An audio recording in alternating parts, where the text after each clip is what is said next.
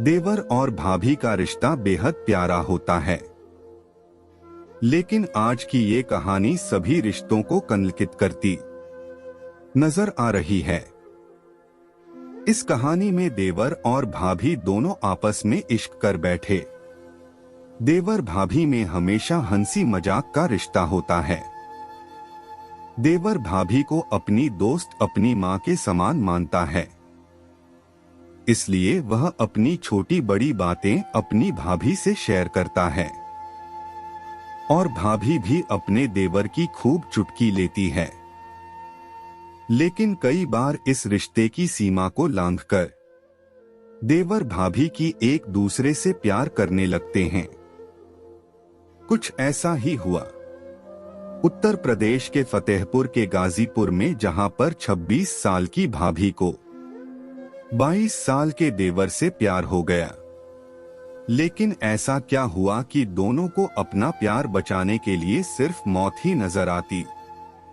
देवर भाभी में शुरू हुई इश्क की कहानी अंजाम जानकर कांप जाएगी रूह। ऐसे शुरू हुई देवर भाभी की कहानी। ये मामला है दिसंबर 2020 का, जब 26 साल की सुनीता की शादी निषाद परिवार के बड़े बेटे से हुई। शादी के बाद सुनीता का लगाव अपने 22 साल के देवर राममिलन निषाद से बहुत ज्यादा हो गया। दोनों एक ही घर में रहा करते थे। ऐसे में देवर भाभी एक दूसरे से खूब बातें करते और दोनों में प्यार हो गया। इसकी भनक घर वालों को भी लग गई। सुनीता के पति ने तो अपनी पत्नी और भाई को हमबिस्तर होते भी देख लिया था। इसके बाद घर वालों ने लड़के की शादी कहीं और तय कर दी। महिलाओं के इन गुणों के आगे सिर झुका देते हैं।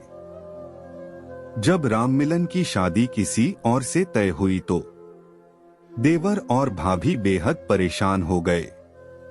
राममिलन ने अपनी भाभी से कहा कि मैं तुम्हारे सिवा किसी और का नहीं हो सकता, और इसलिए दोनों ने कसम खाई कि जब हम एक दूसरे के नहीं हो सकते तो इस दुनिया को साथ में ही छोड़कर चले जाते हैं। इसके बाद राममिलन और सुनीता ने एक ही कमरे में बंद होकर छत से लटक कर आत्महत्या कर ली। दोस्तों, यह स्टोरी काल्पनिक है। स्टोरी अच्छी लगे तो लाइक करना, चैनल को सब्सक्राइब करना।